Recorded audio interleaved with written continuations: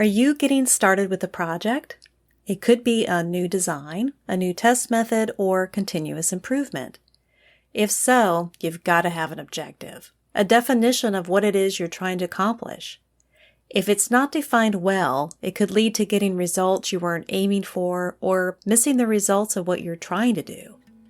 There is a check we should do with our objectives to make sure they're set up to be the best they can be. Our objectives should be a SMART ACORN. I'll talk to you more about these two acronyms after this brief introduction. Hello and welcome to Quality During Design, the place to use quality thinking to create products others love for less. My name is DIANNA. I'm a senior level quality professional and engineer with over 20 years of experience in manufacturing and design. Listen in and then join the conversation at qualityduringdesign.com. Objectives are goalposts of what it is we're trying to do. Though they're only a part of planning a project, if we don't have well-defined and clear objectives, it could lead us to not having a stellar project.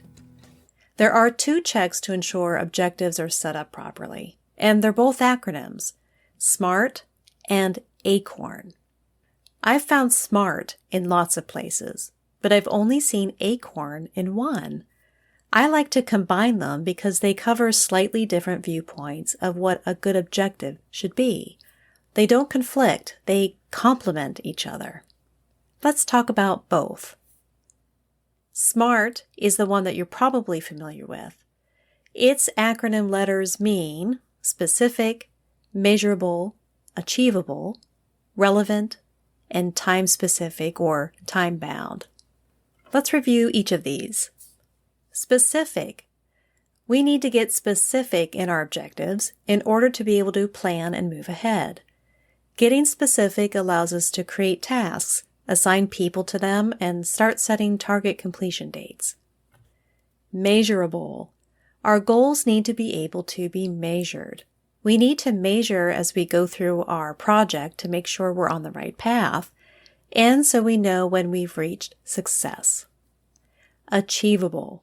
Yeah, it's great to set big goals, but sometimes we need to break those big goals into little steps in order to achieve them, or we need other groups to get there. Relevant. Does our goal line up with our long-term objectives, or are we not on our way to where we need to be? Time-based. Part of our goal needs to include a timeline for when we're going to get it done. It needs to be realistic, but also a little aggressive. We want to get things done. Setting an end date keeps us motivated. SMART is an acronym that most people are familiar with, and I bet you've probably heard of it before also. ACORN is another measure of our objectives. It's another acronym that stands for accomplishment, control, only objective, reconciliation, and numbers. What's different about ACORN versus SMART is it considers how a project objective will be measured and if it aligns properly with our group. The only place I found ACORN published was in Nancy Tagg's Quality Toolbox book. I'll include a citation about her book in podcast blog. Let's go over each letter of ACORN and talk about what it means for setting our objectives. Accomplishment. Does the goal describe results that can be verified? We want goals where we can gather data, not have to rely on someone monitoring how people are acting or behaving.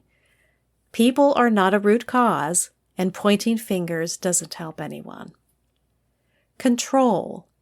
Is the goal's accomplishment within the group's control? Sometimes we can develop lofty, long-term goals that are aligned with our company's overall objectives. But if our project goals are outside of our control, then we're going to have a tough time getting any project to a completion. If this is the case, we need to either shift our goal or expand the project to include and get buy-in and commitment from the other groups that are needed, because we'll need their support to get it done. Only objective. Would we accomplish success if this were the only goal? We need to check that our goal is a main goal, that if we meet this goal, we'll consider it a success. If we must have sub-goals, then we need to be sure to identify those separately. Reconciliation. Will this goal interfere with another group, or is someone else already working on this? There may be a problem we're trying to solve that could have several root causes, spread or shared by different groups or departments. If one group is trying to solve their root cause, and we start trying to solve our root cause, we could be undoing each other's work, or making our respective projects more difficult to complete. We may just need to be aware that we have to reconcile our project with another group's project to get the best results. Numbers. Can the goal be measured? This aligns a lot with SMART goals, doesn't it? If it's specific, measurable, actionable, realistic, and time-based, we can measure it. We can evaluate almost anyone's objectives against the SMART objectives. We need to know more about our particular project to understand how well our objectives meet the ACORN acronym. So here's a phrase we can remember. Our objectives should be a SMART ACORN. Before we finalize our objectives, we'll run them through these 2 tests. If we do, we're likely to be better set on a path towards success.